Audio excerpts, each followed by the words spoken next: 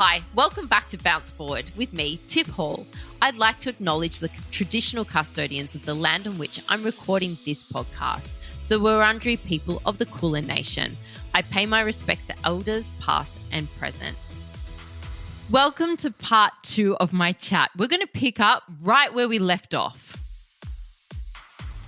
Did you celebrate with anything naughty after you won? Were you craving something in particular after? Yeah, so I really wanted pizza and beer. That was my main thing. And, it's often that thing when you can't have something you want. It's like, going to the supermarket when you're hungry and then you just buy all this stuff that then you don't really want it anyway when you've had something good. So, yeah, I wanted pizza and beer, and I had friends that were living in Sydney, and I had a whole lot of friends that had come to watch. And so after the fight, I went and I did Roy and HG The Dream. Yes. Which was hilarious. They were fantastic. And then they were like, we couldn't find a good pizza place open. So we went to the supermarket and we got you pizza ingredients, and they had pizza. They made it for me. And I actually couldn't really eat much of it. So after all that wanting it, I had a piece of pizza. I didn't really I had a little bit of champagne, I think, but I had so many bruises. I was really, really injured afterwards, and I didn't want all the, alcohol really makes the bruising come out. So, I had a really bad hit to the groin that was just so bad, really, really, really bad. And actually it was your dad. I went back to the village, and this is a bit too graphic. You might want to cut it out. But tell me. The sports medicine doctor said, we're going to have to drain it because this is because it was like a hematoma that had come up from this kick.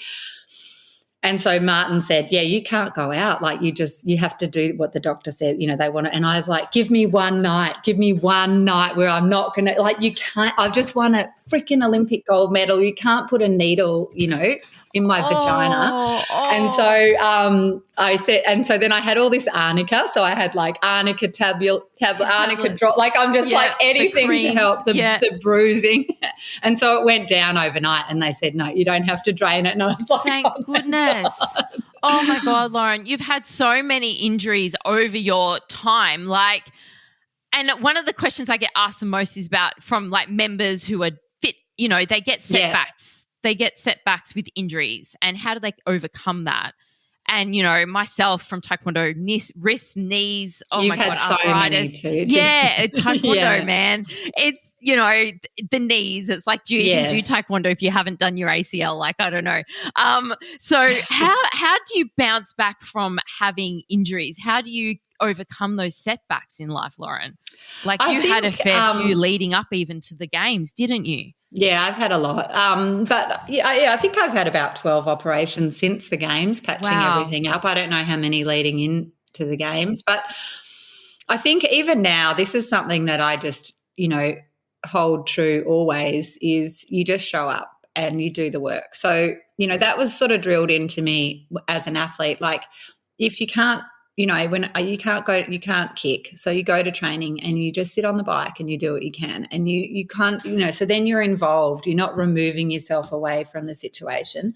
I've had a really bad shoulder. Well, I had a shoulder reco and all sorts of things, shoulder injury that does play up occasionally. And if I do something now, even it'll flare up. So I still go to the gym. I do the, recovery. I don't love doing the bands, but I'm on the bands, and I just turn up and I do the work, and it just builds up slowly. And, even today I was at the gym and I was doing the, you probably know what it's called, but, when you hang and you do the rings and you pull yourself up. The rings. Pull up some rings, a year ago, there's no way I could have done that. But here I was today doing the rings, and, and so it's just show up. Do the work, do what you can, even if it's, you go for a walk, or you can always modify and do something. And, I'm not talking about where you push yourself too hard or you do things that you shouldn't, or sometimes you need a rest. But I never really let an injury hold me back.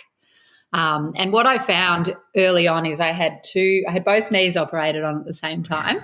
And that was probably the only time that I really thought about quitting. I just thought, I don't have to do this. Why am I doing it? I'm not getting paid for it. I don't have to do this sport. So then I decided well, it was asking myself that question. If you want to quit, just don't do it. There's lots of other things you can do in your life. But I had this really strong feeling. I didn't want to quit. I loved it so much. I wanted to keep going. So I thought, well, if that's what you want, then don't complain about it. Just do what you need to do. So I got together with my strength coach, Tony Hewitt, and we just rebuilt. And he was going to the gym every day, like different to the high performance center. And I then became stronger than I was beforehand. So it's that whole thing of, like that injury allowed me then to take time off the volume of training because, as you know, the Taekwondo classes are so aerobic, they're so physical. And so to just go, I'm just going to focus on strength training and weights. And I rebuilt my body in a way that I never would have had the time to do that, and the load would have been too much. So I often reflect on that time about how, every injury kind of allowed me an opportunity to get stronger in a different way. And actually that was interesting with your dad as well. So afterwards, I went to the club first. So the nationals were happening and it was selection for the World Championships, and it meant that I couldn't compete, and I was so upset. Like, I was devastated. It's the first one I'd ever missed out on selections. And I was really, really upset about that, and it's probably the worst I've ever felt, actually. And so I started back at the club to just move around on the mat. It was time to sort of, I built a lot of strength. And so I'm moving around and he's like, just do some footwork, do some, arm, upper body. Anyway, so then I just throw a little kick. I'm like, I can do a kick, one kick with one leg. Roundhouse kick, I could do that. Right leg. And I said, Martin, I reckon I can fight. I can only do one kick. And he's like, no way, you're not fighting. Like, no. And I'm like, okay, give me a week, And so every day I came in and I did a little bit more. And he was like, okay, I'll see if I can get you a late application. So we put in this application. So when I fought at the Nationals, I could still only do one kick. Oh, my goodness. And that's all I did. So every fight that I had, I did that one kick. And I loved it because it highlighted what I've always known from the Koreans, is that there's such a beauty in the simple techniques. Doing a kick that is so well executed is often unbeatable, and I felt that before when I'd been in Korea training with some of these young kids. And, I remember training with this one boy. It was at a high school, and he just had this back leg roundhouse kick that was so beautiful. And even though I knew what he was going to do, I could see him coming. I had all these different things that I tried to do to get even just move out of the way, and he scored on me every time. And, there's such beauty in that, doing something that's just so incredibly elegant. And so that's what I felt when I was going through this competition. And I even had someone say to me, you should write to your opponents and say, I'm just going to do this one kick. Yes. Because really it's all I had. But I won that nationals and made that national team. So but it made me really think about the simplicity and beauty of doing the simple things. Like Bruce Lee says, fear not the man that practiced 10,000 different kicks once, fear the man that practices the one kick 10,000 times. That's kind absolutely. Of what you're talking That's exactly about. right. Yeah. Yes. So you're not just Lauren Burns, you're Dr. Lauren Burns. You are amazing. You went on to do your PhD that focused on athlete lifestyle and mindset. Can you talk to me about your PhD and what you studied and all of that? Yeah, so it started out as something different. The research journey is always a bit turbulent, so I guess sport prepared me for that. But yeah, basically I did my PhD was in athlete lifestyle and mindset, and the first study we did, I interviewed 10 World Olympic and Paralympic champion athletes, so really amazing athletes like Kathy Freeman, Ian Thorpe, Lane Beachley, Kerry Potthast, Paralympians, Don Elgin, Tim Matthews. And so it was really fascinating because I was trying to get an idea about, lifestyle. But really what came out of it was psychological skills and attributes are key. So, mindset is just so important. And some of the elements that came out about that are things like realistic optimism. being a knowledge seeker, having a really clear sense of self-regulation, self-confidence and dominance, mental toughness, having a strong work ethic. So those elements were all really, really key across all athletes and all different sports. And I'd purposely sampled them. So I'd had athletes from small sports, as in like individual sports, small teams, big teams, combat sports, so I kind of wanted an interesting cross-section, and athletes who, they had to have won an Olympic gold medal, world championship medal, Paralympic gold, or Paralympic world championship medal. So, but then also what came out of it that I probably didn't expect is the importance of interpersonal relationships and connection. So that theme really sort of came out of the data, and I then delved really deeply into that work and wrote a piece for the British Journal of Sports Medicine about strengthening interpersonal relationships in sport. So that's kind of where I've really been focused a lot of my attention these days. Yes. I had some work commissioned by the Australian Institute of Sport, and we did gold medal winning athletes and gold medal winning coaches to sort of look at characteristics of gold medal winning teams. Yeah, so it's been really interesting. So is that like about the people you surround yourself with? And because like I've been thinking about Ned Brockman and how he's accomplished amazing feats and mental toughness and all of that. I'd love your take on something like Ned Brockman. Like how has he done that? Like what would you say with his support network, and it plays a big part? Yeah, I mean, I don't know a lot about him personally, but I mean, I know what he's done, but it's really about who's on your team, and that's not prescriptive. So, for some people it's their parents. Some people don't want their parents anywhere near them, and so like Jackie Cooper, for example, would say, like, didn't want my mum near me when I was competing because, she's an aerial skier. So, she'd always worry that I was going to crash. So, so she didn't want her mum there. Whereas other athletes were like, I just had, I needed my mum and dad there, or my parents, would bring me meals, or their support was so important. Some people it was a coach, some people it was a friend, some people it was a sibling. And so it's about creating that connection. And when I sort of delved into the research, there's a lot around how quality relationships attenuate our stress response. And, I really felt so, when I did more work with the AIS around this characteristics of gold medal winning teams, there's a lot around, trust and, like that emotional management. And there was some work that I was looking at around just being near someone that you have a quality relationship that actually attenuates our cortisol levels and helps us to, to have our self-reg and our ability to cope with stress. So, that's something like, when for me standing, at the courtside about to go into an Olympic final or whatever, and if you've got someone next to you who's, you feel comfortable with, you're going to be able to self-regulate a lot more than if you're more fraught. Yes. And so, or just knowing, knowing where people are in the stands, that you've got that support. So, it's incredibly powerful. And then, now we know so much more about loneliness and how it's like a social determinant of health. And there's just so many elements around relationships and connection.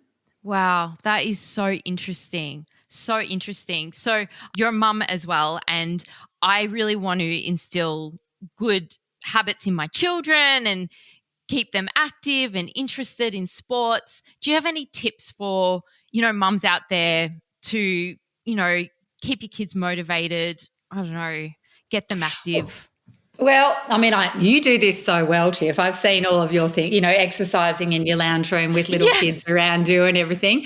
I think firstly, we play the long game, and, that's what, I mean, I'm always talking with, my clients I work with about life plans and looking at the big picture, 20-year plan, and it kind of puts everything in perspective. So part of it is, one of the things we saw with the athlete research is when I was looking into all of that is unstructured play and early diversification are so important. So, it's not always, keeping them in this one sport that you've chosen, but, giving them options, helping them to play, move their bodies, and kind of that, it's like lifelong learning and lifelong movement, and then also modeling it. So, they see that. So, I've had my son is 16 and 15, and he's been at the gym with me, and it's so awesome. And, he would come along. We've been training together for a few years. He's now just moved on but at least he came with me, and I've got a great coach that I work with now. And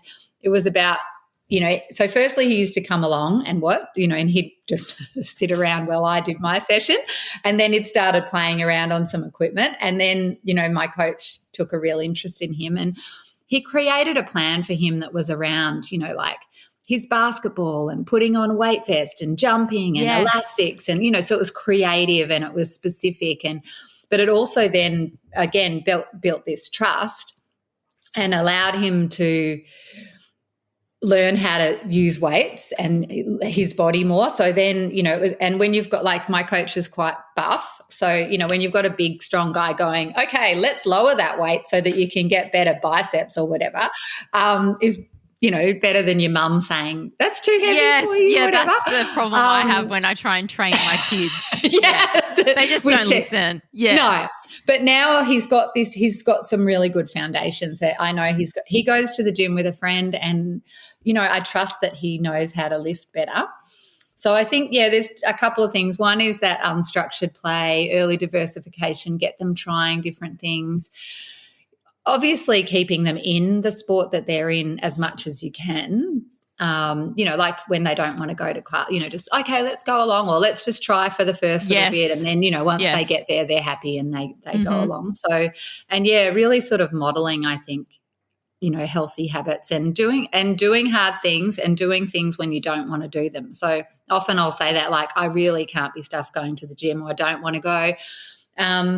And I go and I just do what I can. So mood. Showing that too. Yes. Yeah, it's really and important. Showing up, do what you can. That sort of stuff, I try and teach my son Arnold that. He's 7 and he does Taekwondo at Halls, but he doesn't want to go after school. He's tired and he doesn't want to go. He just wants to, watch TV or do something. I say, no, we're going. I put on my dobok and we go, and I assist in the class with him, and he just loves it. So once you get there, it's okay. Once you get there. Yeah. Right. But despite your mood, you have to keep moving. Lauren, thank you so much for joining me today. I absolutely loved seeing you and catching up. I feel like we've barely touched the surface. I mean, I remember you, I just have to say, I remember when, because I was with Martin for so long, and one of the things, like, I talk about this relationships and, trust, and, one of the things about your dad is that I always felt like he had my best interests at heart. So no matter how hard he pushed me or what he challenged me to try and, stretch myself and,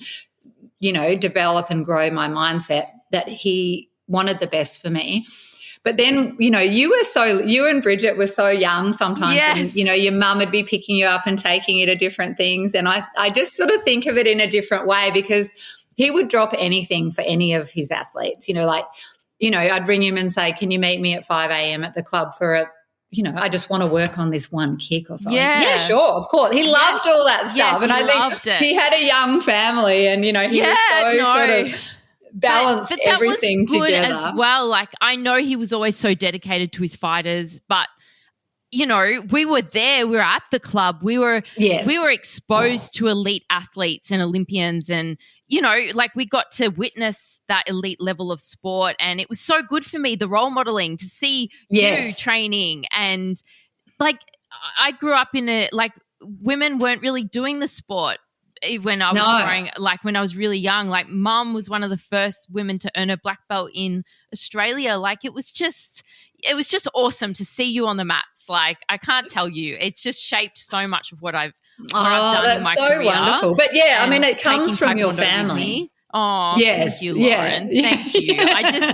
Yeah, I love Taekwondo, and it's just been so good to talk to you and like be able to chat about it because I bring Taekwondo with me wherever I go, but not everyone gets the beauty of the mindset and the body connection, which I think is so martial important. arts is, I think, so important, and it translates to so many different areas of life. And, you know, I think it really depends on the instructor, but it doesn't depend on the martial art. So, you know, whether it's judo or karate or whatever it is, if you've got a good instructor, and then the discipline of martial arts is just, you know, it's really powerful. It's so powerful for your studies and everything you do. It's helped me in life, and, you know, I just love it. So if you're out there and you're interested in martial arts, go do some Taekwondo or get into martial arts. It's so good for you. Thank you so much, Lauren. Awesome. Thanks, Tiff. Thank you so much for listening to Bounce Forward. I love having your company, so please DM me on Instagram at tiffhall_XO and let me know what topics you'd love me to cover. Don't forget to rate and review me on your podcast app. Speak soon. Happy days.